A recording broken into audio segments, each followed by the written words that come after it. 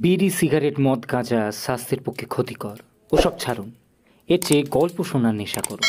Subscribe করুন the dark hour টেলসকে আর শুনতে থাকুন আজকের গল্প।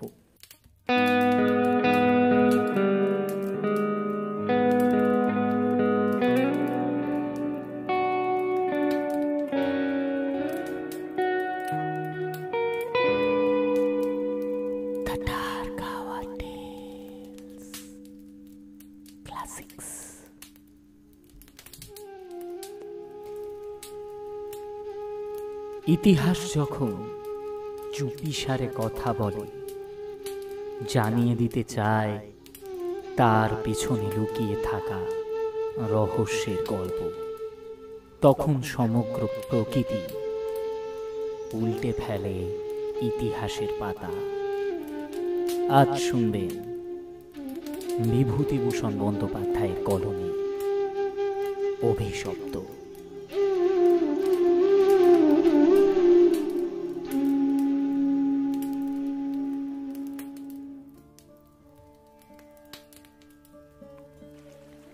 আমার জীবনে সেই একটা অদ্ভুত ব্যাপার সেবার ঘটেছিল।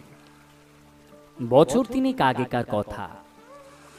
আমাকে বরিশালের ওধারে যেতে হয়েছিল একটা কাজে। ও অঞ্চলের একটা গঞ্জ থেকে প্রায় 12টার সময় নৌকায় উঠলাম। আমার সঙ্গে এক নৌকায় বরিশালের এক ভদ্রলোকও ছিল। গল্প গুজবে সময় কাটতে লাগলো।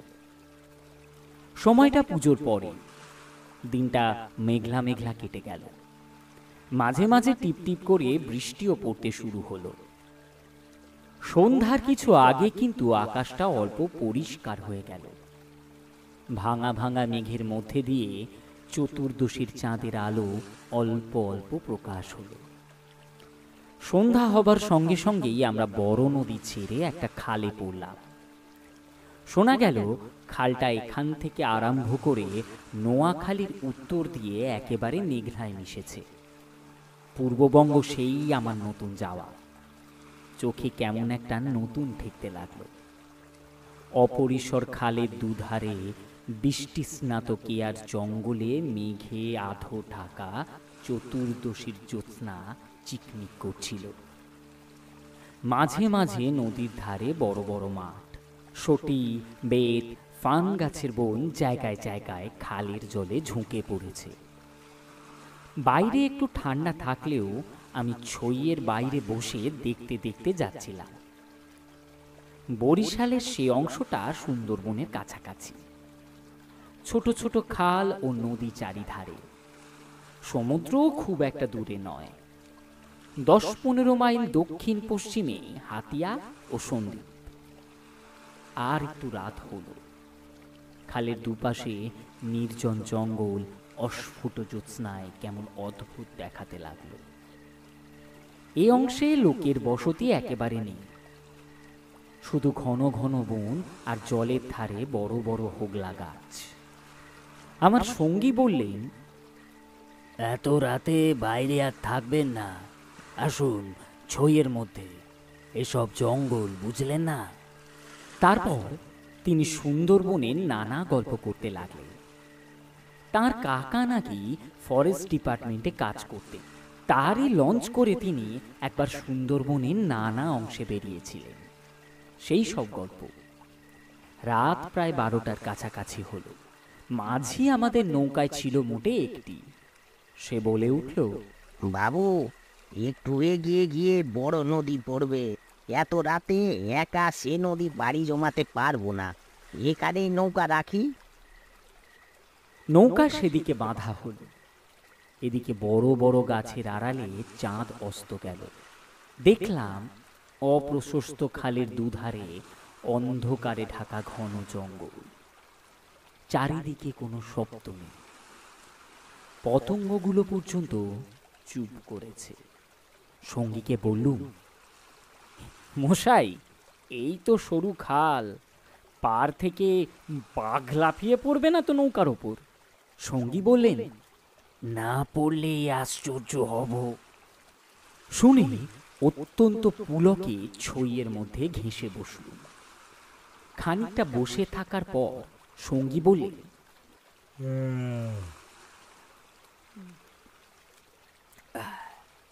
আসুন, একটু শোয়া যাক। ঘুম তো হবে না, আর ঘুমোনো ঠিকও না। আসুন, একটু চোখ বুজে থাকি। খানিকটা চুপ করে থাকার পর সঙ্গীকে ডাকতে গিয়ে দেখি তিনি ঘুমিয়ে পড়েছেন। মাঝিও জেগে আছে বলে মনে হলো না। ভাবলুম, তবে আমি বা কেন মিথ্যে মিথ্যে চোখ চেয়ে থাকি। আমিও ঘুমোনোর উদ্যোগ করলাম। তারপর যা ঘটল সে আমার জীবনের এক অদ্ভুত অভিজ্ঞতা।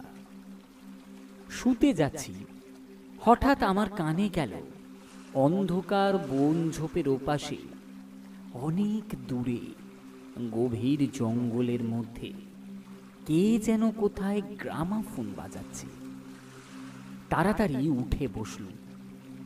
গ্রামোফোন? এত বনে এত রাত্রে গ্রামাফোন বাজাবে কে? কান পেতে শুনলাম, না, গ্রামাফোন না। অন্ধকার হিজল হিমতাল গাছগুলো যেন খুব ঘন হয়ে আছে। সেখান থেকে কারা যেন উচ্চ কণ্ঠে আর্ত সুরে কি বলছে। খানিকটা শুনে মনে হলো সেটা একাধিক লোকের সমবেত কণ্ঠস্বর। প্রতিবেশীর তেতলার ছাদে গ্রামাফোন বাজালে যেমন খানিকটা স্পষ্ট অস্পষ্ট অথচ বেশ একটানা সুরের ঢেউ কানে এসে পৌঁছায়, এও অনেকটা সেইভাবে। মনে হলো কতগুলো অস্পষ্ট বাংলা ভাষার শব্দ কানে এলো, কিন্তু ধরতে পারা গেল না কথাগুলো কি। শব্দটা মাত্র মিনিট খানেক স্থায়ী হলো।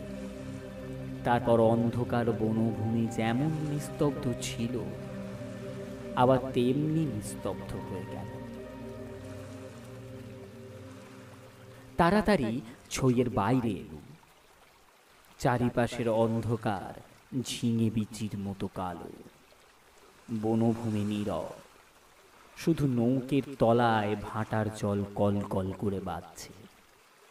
আর শেষ রাত্রের বাতাসে জলের ধারে কেয়া ঝোপে এক প্রকার অস্পষ্ট শব্দ হচ্ছে।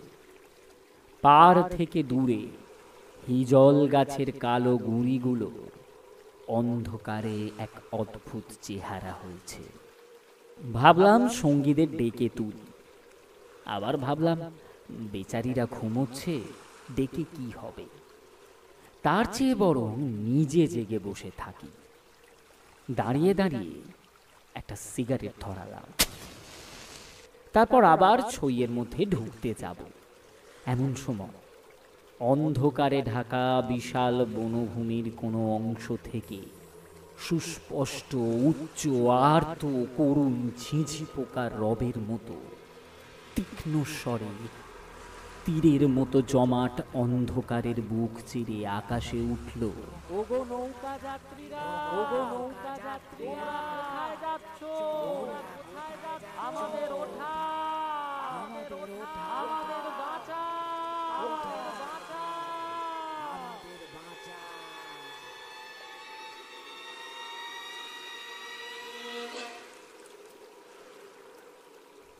নৌকুর মাঝি ধর্মর করে জেগে উঠল। আমি সঙ্গীকে ডাকলুম, মশাই, ও মশাই, উঠুন উঠুন উঠুন। মাঝি আমার কাছে ঘেঁষে এলো। ভয়ে তার গলার স্বর কাঁপছিল। বলল, আল্লাহ, শুনতে পেয়েছেন বাবু? সঙ্গী উঠে জিজ্ঞেস করলে, কি কি মশাই, ডাকলেন কেন? কোনো জানোয়ার টানোয়ার নাকি? আমি ব্যাপারটা তাকে বললুম। তিনি তাড়াতাড়ি ছইয়ের বাইরে এলেন। তিনজন মিলে কান খাড়া করে রইলাম। চারিদিক আবার চুপ। ভাটার জল নৌকোর তলা বেঁধে আগের চেয়েও বেশি জোরে শব্দ হচ্ছিল। সঙ্গী মাঝিকে জিজ্ঞাসা করলেন, এটা কি তবে? মাঝি বললে, হ্যাঁ বাবু, বাঁয়েই কীর্তি পাশার গড়। সঙ্গী বললে, তবে তুই এত রাত্রে এখানে নৌকা রাখলি কেন, বেকুব কোথাকার? মাঝি বললে, তিনজন আছি বলেই রেখেছিলাম বাবু, বাটার টানে নৌকা পিছিয়ে নেবার জো ছিল না। কথাবার্তার ধরন শুনে সঙ্গীকে জিজ্ঞাসা করলাম, কি মশাই, কি ব্যাপার? আপনি কিছু জানেন নাকি? ভয়ে যত না হয় বিস্ময়ে আমরা কেমন যেন হয়ে গিয়েছিলাম। সঙ্গী বললে, ওরে, তোর সেই কেরোসিনের ডিবেটা জাল, আলো জেলে বসে থাকা যাক, রাত এখনো ঢের। মাঝিকে বললুম, তুই শব্দটা শুনতে পেয়েছিলি? সে বললে, হ্যাঁ বাবু, আওয়াজ কানে গিয়েই তো আমার ঘুম ভেঙে গেল। আমি আরো দুবার নৌকা বেয়ে যেতে ও ডাক শুনেছি। সঙ্গী বললেন, এটা এই অঞ্চলের এক অদ্ভুত ঘটনা। তবে এ জায়গাটা সুন্দরবনের সীমানায় বলে, আর এই অঞ্চলে কোনো লোকালয় নেই বলে শুধু নৌকার মাঝিদের কাছে এটা সুপরিচিত। এর পেছনে একটা ইতিহাস আছে, সেটা অবশ্য নৌকার মাঝিদের পরিচিত নয়। সেটাই আপনাকে বলি, শুনুন। তারপর ধূমায়িত কেরোসিনের ডিবার আলোয় অন্ধকার বনের বুকের মধ্যে বসে সঙ্গীর মুখে কীর্তি পাশার গড়ের ইতিহাসটা শুনতে লাগলাম।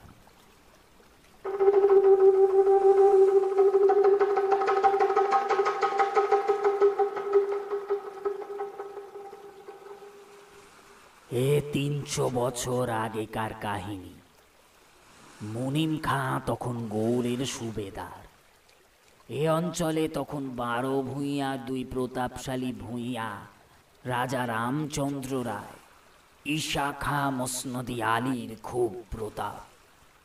মেঘনার মোহনার বাইরে সমুদ্র, যাকে এখন সন্দ্বীপ চ্যানেল বলে। সেখানে তখন মগ আর পর্তুগিজ জলদস্যুরা শিকার অন্বেষণে শোন পক্ষীর মতো ওঁত পেতে বসে থাকত। সে সময় এখানে এরকম বন জঙ্গল ছিল না। এ সমস্ত জায়গা তখন কীর্তি রায়ের অধিকারে ছিল। এইখানে তার সুদৃঢ় দুর্গ ছিল। মগ জলদস্যুদের সঙ্গে তিনি অনেকবার লড়েছিলেন। তার অধীনে সৈন্য সামন্ত, কামান, যুদ্ধের গোসা সবই ছিল। সন্দ্বীপ তখন ছিল পর্তুগিজ জলদস্যুদের প্রধান আড্ডা। এদের আক্রমণ থেকে আত্মরক্ষা করার জন্য এ অঞ্চলের সকল জমিদারকেই সৈন্যবল দৃঢ় করে গড়তে হতো।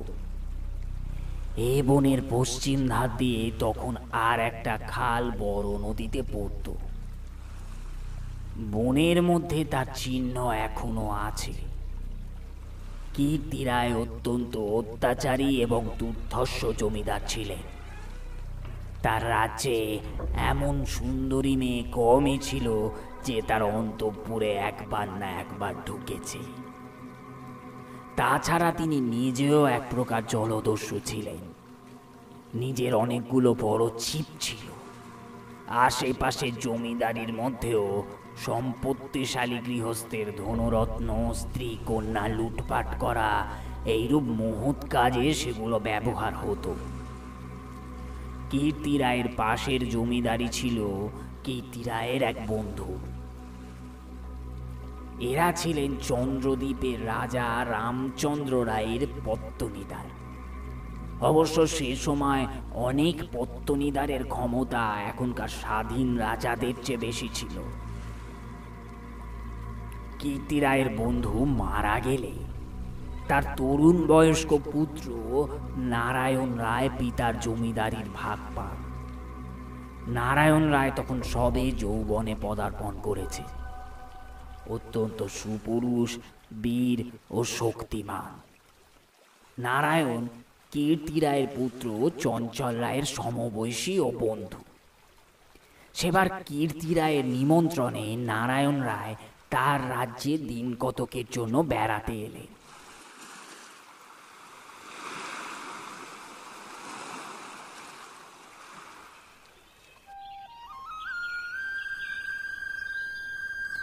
চঞ্চল রায় তরুণী পত্নী লক্ষ্মী দেবী স্বামীর বন্ধু নারায়ণকে দেবরের মতো স্নেহের চোখে দেখতে লাগলেন। দু একদিনের মধ্যেই কিন্তু সেই স্নেহের চোটে নারায়ণকে বিব্রত হয়ে উঠতে হলো। নারায়ণ রায় তরুণ বয়স্ক হলেও একটু গম্ভীর প্রকৃতির। বিদ্যুৎ চঞ্চলা তরুণী বন্ধুপত্নীর ব্যঙ্গ পরিহাসে গম্ভীর প্রকৃতির নারায়ণের মান বাঁচিয়ে চলা দুষ্কর হয়ে পড়ল। স্নান করে উঠেছেন, মাথার তাজ খুঁজে পাওয়া যায় না।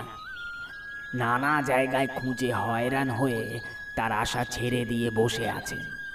হঠাৎ কখন নিজের বালিশ তুলতে গিয়ে দেখেন তার নিচেই তাজ চাপা আছে, যদিও এর আগেও তিনি বালিশের নিচে খুঁজেছেন। তার প্রিয় তরবারিখানা দুপুর থেকে বিকেলের মধ্যে 5 বার হারিয়ে গেল, আর 5 বারই সম্পূর্ণ অপ্রত্যাশিত স্থান থেকে তা খুঁজে পাওয়া গেল। তাম্বুলে এমন সব দ্রব্যের সমাবেশ হতে লাগলো যা কোনো কালেই তাম্বুলের উপকরণ নয়। তরল মস্তিষ্ক বন্ধুপত্নীর সঙ্গে কিছুতেই এঁটে উঠতে না পেরে অত্যাচার জর্জরিত নারায়ণ রায় ঠিক করলেন তার বন্ধুর স্ত্রীটি ছিটগ্রস্ত।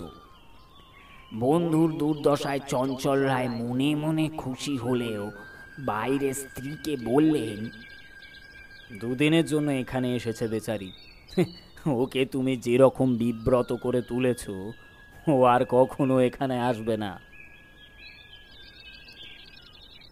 দিন কয়েক এরকম করে কাটার পর কীর্তি রায়ের আদেশে চঞ্চল রায়কে কি কাজে গৌড়ে যাত্রা করতে হলো।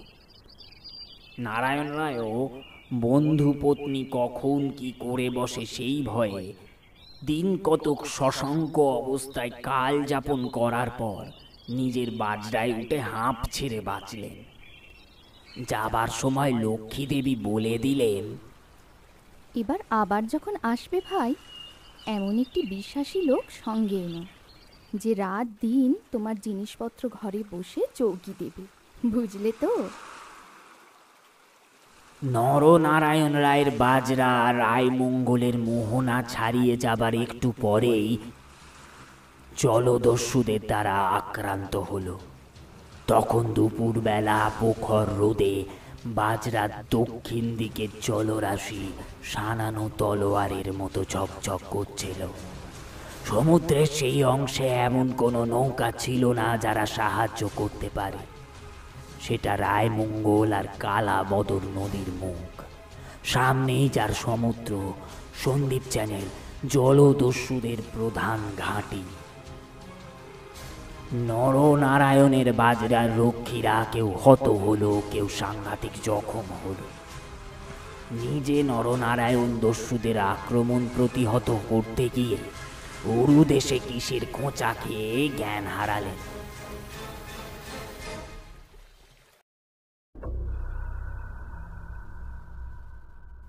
জ্ঞান হলে দেখতে পেলেন তিনি এক অন্ধকার স্থানে শুয়ে আছেন। তার সামনে কি যেন একটা বড় নক্ষত্রের মতো জ্বলছে। খানিক জোরে চোখের পলক ফেলবার পর তিনি বুঝলেন, যাকে নক্ষত্র বলে মনে হয়েছিল তা প্রকৃতপক্ষে একটি অতি ক্ষুদ্র গাবক্ষ পথে আগত দিবালোক। নরনারায়ণ দেখলেন তিনি একটি অন্ধকার কক্ষের আর্দ্র মেঝের ওপর শুয়ে আছেন। ঘরের দেওয়ালের স্থানে স্থানে শ্যাওলার দল গজিয়েছে। আরো কদিন করাত কেটে গেল, কেউ তার জন্য কোনো খাদ্য আনলে না। তিনি বুঝলেন এখানে যারা তাকে এনেছে তাকে না খেতে দিয়ে মেরে ফেলাই তাদের উদ্দেশ্য। মৃত্যু, সামনে নির্মম মৃত্যু। সেদিনটাও কেটে গেল। আঘাতজনিত ব্যথা এবং ক্ষুধা তৃষ্ণার অবসন্ন দেহ নারায়ণের চোখের সামনে থেকে গাবক্ষ পথের শেষ দিবালোকও মিলিয়ে গেল। তিনি অন্ধকার ঘরের পাষাণ শয্যায় ক্ষুধা কাতর দেহ প্রসারিত করে অধীরভাবে মৃত্যুর অপেক্ষা করতে লাগলেন। প্রকৃতির একটা ক্লোরোফর্ম আছে, যন্ত্রণা পেয়ে মরছে এমন প্রাণীকে মৃত্যু যন্ত্রণা থেকে বাঁচাবার জন্য সেটা মুমূর্ষ প্রাণীকে অভিভূত করে। ধীরে ধীরে সেই দয়াময়ী মৃত্যুতন্দ্রা তাকেও আশ্রয় করল।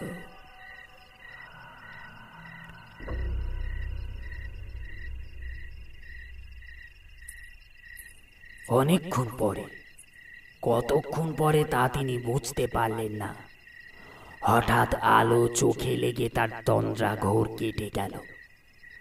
বিস্মিত নারায়ণ চোখ মেলে দেখলেন সামনে প্রদীপ হস্তে দাঁড়িয়ে আছে তার বন্ধু পত্নী লক্ষ্মী দেবী।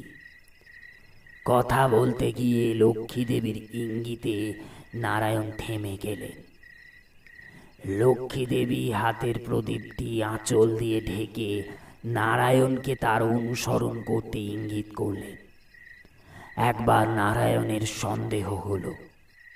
নারায়ণ শক্তিমান যুবক, ক্ষুধায় দুর্বল হয়ে পড়লেও নিশ্চিত মৃত্যুর গ্রাস থেকে বাঁচবার উৎসাহে তিনি দৃঢ়পদে আগ্রবর্তিনী ক্ষিপ্তগামী বন্ধু পত্নীর পশ্চাৎ পশ্চাৎ চললেন।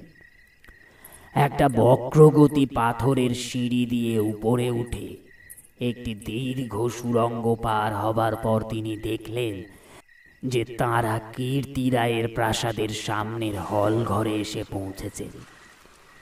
লক্ষ্মী দেবী একটা ছোট বেতে বোনা থলি বার করে তার হাতে দিয়ে বললেন, এতে খাবার আছে, এখানে কেউ না। তুমি সাঁতার জানো? খাল পার হয়ে ওপারে গিয়ে কিছু খেয়ে নাও, তারপর যত শিগগির পারো পালিয়ে যাও। ব্যাপার যে কি নারায়ণ রায় একটু একটু করে বুঝলেন।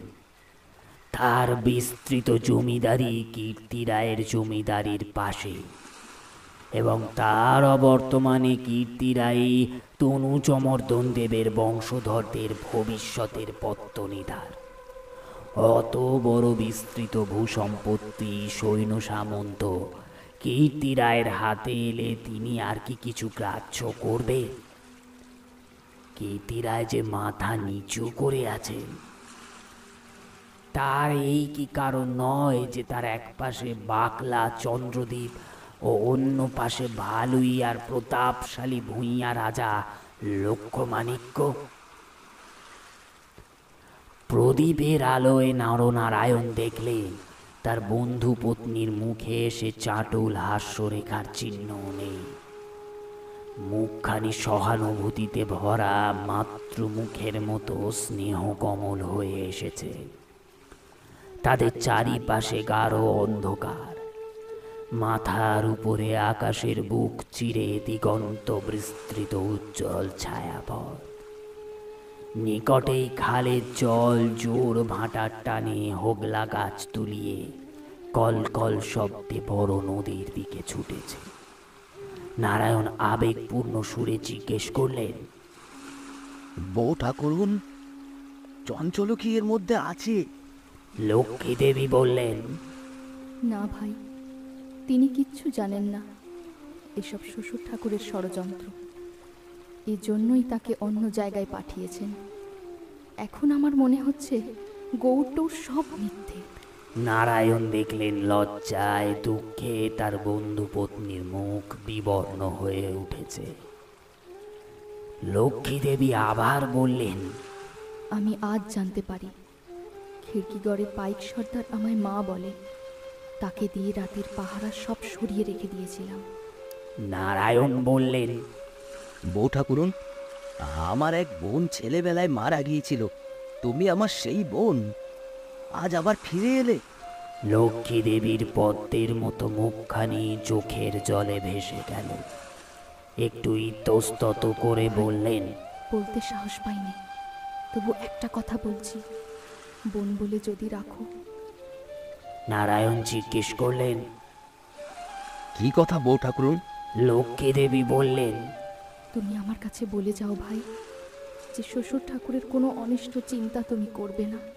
নারায়ণ রায় একটু কি ভাবলেন, তারপর বললেন, তুমি আমার প্রাণ দিলে বউ ঠাকুর। তোমার কাছে আমি বলে যাচ্ছি, তুমি বেঁচে থাকতে আমি তোমার শ্বশুরের কোনো অনিষ্ট চিন্তা করব না। বিদায় নিতে গিয়ে নারায়ণ একবার জিজ্ঞেস করলেন, বউ ঠাকুরুন, তুমি ফিরে যেতে পারবে তো? লক্ষ্মী দেবী বললেন, আমি ঠিক যাব। তুমি কিন্তু যত দূর পারো সাঁতরে গিয়ে তারপর ডাঙায় উঠে চলে যেও। নরনারায়ণ রায় সেই ঘন কৃষ্ণ অন্ধকারের মধ্যে নিঃশব্দে খালের জলে পড়ে মিলিয়ে গেল। লক্ষ্মী দেবীর প্রদীপটা অনেকক্ষণ বাতাসে নিভে গিয়েছিল। তিনি অন্ধকারের মধ্যে দিয়ে শ্বশুরের গড়ের দিকে ফিরলেন। একটু দূরেই গিয়ে দেখলেন পাশের ছোট খালটায় দুখানা ছিপ মশালের আলোয় সজ্জিত আছে। ভয়ে তার বুকের রক্ত জমে গেল। সর্বনাশ! ওরা কি তবে জানতে পেরেছে?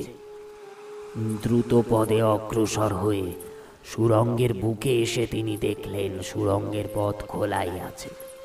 তিনি তাড়াতাড়ি সুড়ঙ্গের মধ্যে ঢুকে পড়লেন।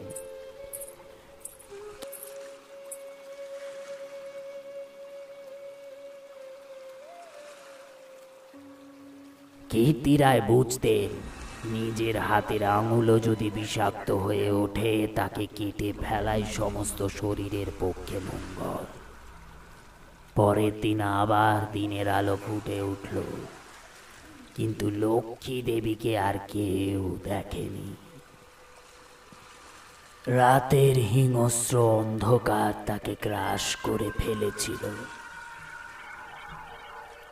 নরনারায়ণ রায় নিজের রাজধানীতে বসে সব শুনলেন। গুপ্ত সুরঙ্গের দুধারে মুখ বন্ধ করে কীর্তি রায় তার পুত্রবধূর শ্বাসরোধ করে তাকে হত্যা করেছিলেন। শুনে তিনি চুপ করে রইলেন। এর কিছুদিন পর তার কানে গেল বাসুন্ডার লক্ষণ রায়ের মেয়ের সঙ্গে শীঘ্র চঞ্চলের বিয়ে।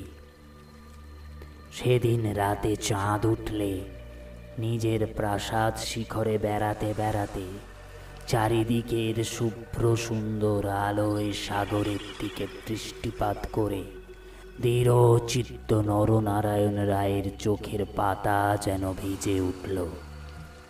তার মনে হলো তার অভাগিনী বউ ঠাকুরুনির হৃদয়ে নিঃসারিত নিষ্পাপ অকলঙ্ক পবিত্র স্নেহের ঢেউয়ে সারা জগৎ ভেসে যাচ্ছে। তার মনে হলো তারই অন্তরের শ্যামললতায় জ্যোৎস্নাধৌত বনভূমির সঙ্গে শ্যামল সুন্দর শ্রী নীরব আকাশের তলে তারই চোখের দুষ্টু হাসিটি তারায় তারায় নবমল্লিকার মতো ফুটে উঠেছে। নারায়ণ রায়ের আগের পূর্বপুরুষরা ছিলেন দুর্ধর্ষ ভূম্যধিকারী দস্যু। হঠাৎ পূর্বপুরুষের সেই বর্বর রক্ত নরনারায়ণের ধমনীতে নেচে উঠল।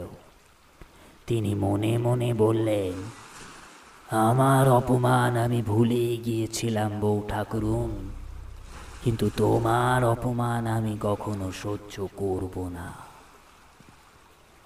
কিছুদিন কেটে গেল।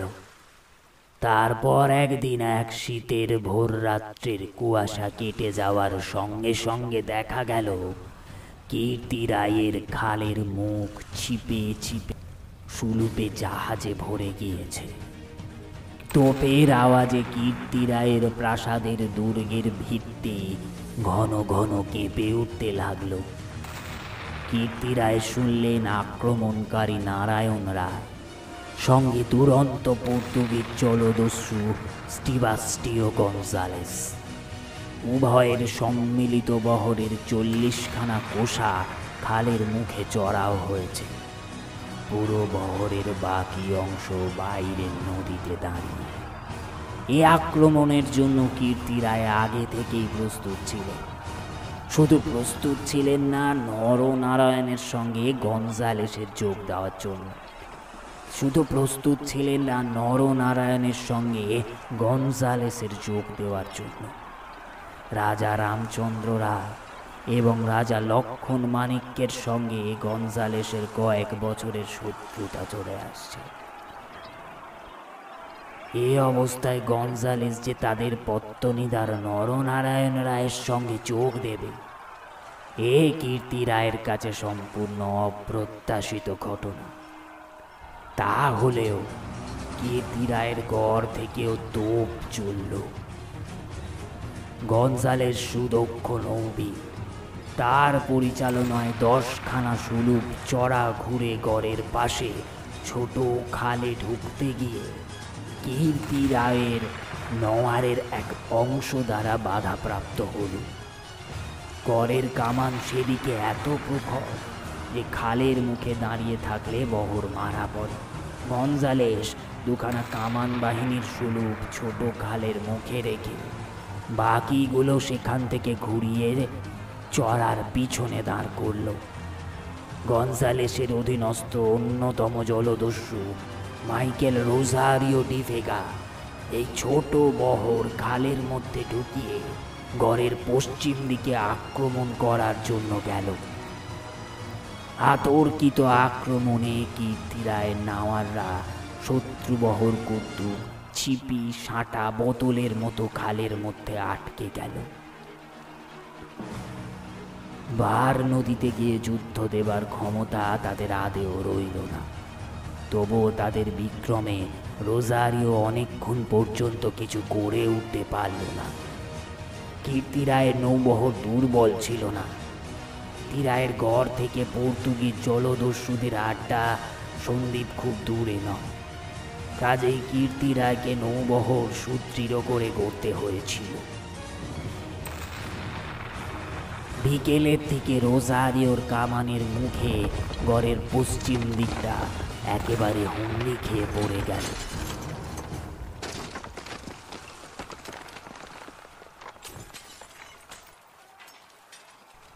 নরনারায়ণ রায় দেখলেন প্রায় 30খানা কোষা জখম অবস্থায় খালের মুখে পড়ে আছে। কীর্তি রায়ের গড়ের কামানগুলো সব চুপ। নদীর দুপার দিয়ে সন্ধ্যা নেমে আসছে। উচ্চে নিস্তব্ধ নীল আকাশে কেবলমাত্র এক ঝাঁক শকুনি কীর্তি রায়ের গড়ের উপর চক্রাকারে ঘুরছে। হঠাৎ বিজয়োন্মত্ত নারায়ণ রায়ের চোখের সম্মুখে বন্ধু পত্নীর বিদায়ের রাতের সন্ধ্যার পদ্মের মতো বিষাদ ভরা ম্লান মুখখানি, কাতর মিনতিপূর্ণ সেই চোখ দুটি মনে পড়ল। তীব্র অনুশোচনায় তার মন তখনই ভরে উঠল। তিনি করছেন কি? এই রকম করেই কি তার স্নেহময়ী প্রাণদাত্রীর শেষ অনুরোধ রাখতে এসেছেন? নারায়ণ রায় হুকুম জারি করলেন, কীর্তি রায়ের পরিবারের একটি প্রাণীরও যেন কোনো প্রাণহানি না হয়। এর একটু পরেই খবর এলো গড়ের মধ্যে কেউ নেই। নারায়ণ রায় বিস্মিত হলেন। তিনি তখনই নিজে গড়ের মধ্যে ঢুকলেন। তিনি এবং গনজালেস গড়ের সমস্ত অংশ তন্ন তন্ন করে খুঁজলেন। দেখলেন সত্যি কেউ নেই। পর্তুগিজ বহরের লোকেরা গড়ের মধ্যে লুটপাট করতে গিয়ে দেখল মূল্যবান জিনিসপত্র তেমন কিছু নেই। পরের দিন দুপুরবেলা পর্যন্ত লুটপাট চলল। কীর্তি রায়ের পরিবারের একটা প্রাণীরও সন্ধান পাওয়া গেল না। বিকেলের দিকে 2খানা সুলুপ খালের মুখে পাহারায় রেখে নরনারায়ণ রায় ফিরে চলে এলেন। এই ঘটনার দিন কতক পরে পর্তুগিজ জলদস্যুর দল লুটপাট করে চলে গেলে কীর্তি রায়ের এক কর্মচারী গড়ের মধ্যে প্রবেশ করে। আক্রমণের দিন সকালেই এই লোকটি গড় থেকে আরো অনেকের সঙ্গে পালিয়েছিল। ঘুরতে ঘুরতে একটা বড় থামের আড়ালে সে দেখতে পেল একজন আহত মুমূর্ষ লোক তাকে ডেকে কি বলার চেষ্টা করছে। কাছে গিয়ে সে লোকটাকে চিনলে। লোকটা কীর্তি রায়ের পরিবারের এক বিশ্বস্ত পুরনো কর্মচারী। তার মৃত্যুকালীন অস্পষ্ট বাক্যে আগন্তুক কর্মচারী যা বুঝল তাতে তার কপাল ঘেমে উঠল। সে বুঝল কীর্তি রায় তার পরিবার ও ধনরত্ন নিয়ে মাটির নিচে এক গুপ্ত স্থানে আশ্রয় নিয়েছে এবং এই লোকটি একমাত্র তার সন্ধান জানে।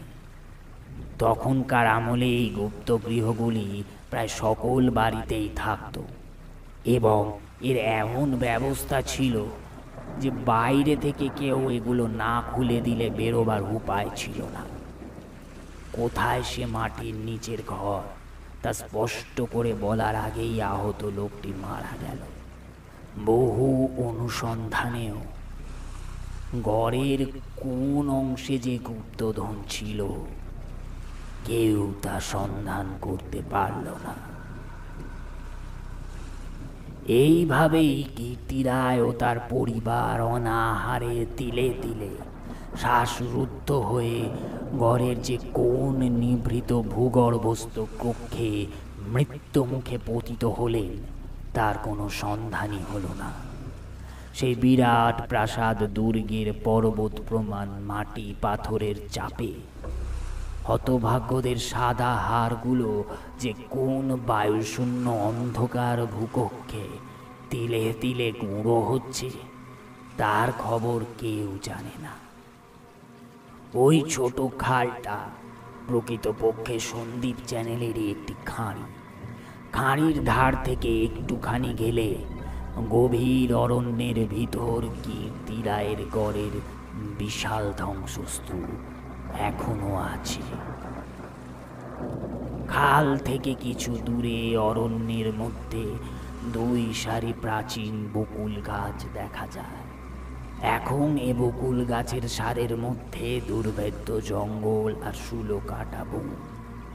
তখন এখানে রাজপথ ছিল, আর খানিকটা গেলে একটা বড় দিঘি চোখে পড়বে।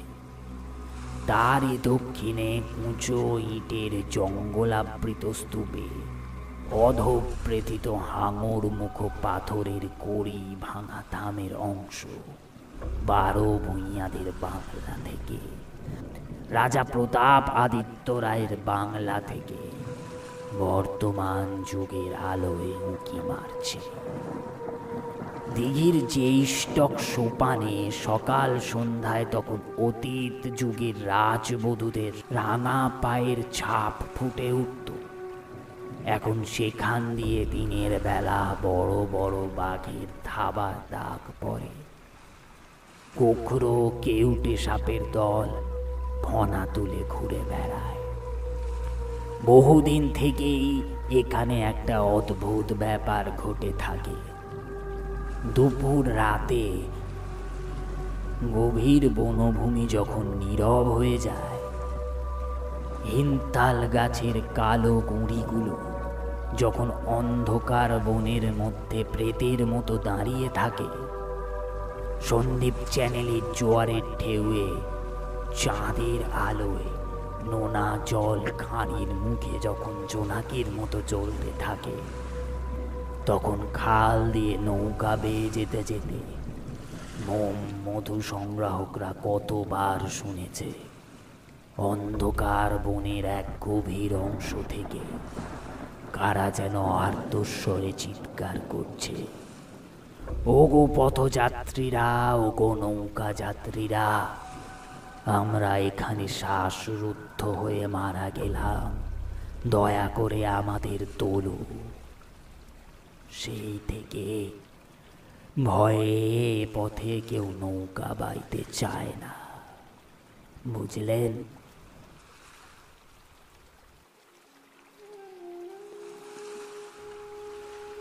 মানুষ চাইলেও যা পরিবর্তন করতে পারে না সেটা হলো তার ভাগ্য। আজকের গল্প পাঠে আমি অর্পণ, বিভিন্ন চরিত্রে অভিষেক, অর্পণ এবং প্রিয়া। আপনারা শুনছিলেন বিভূতিভূষণ বন্দ্যোপাধ্যায়ের অভিশপ্ত। এইরকমই আরও গল্প শুনতে সাবস্ক্রাইব করুন দ্য ডার্ক আওয়ার টেলসকে। ধন্যবাদ।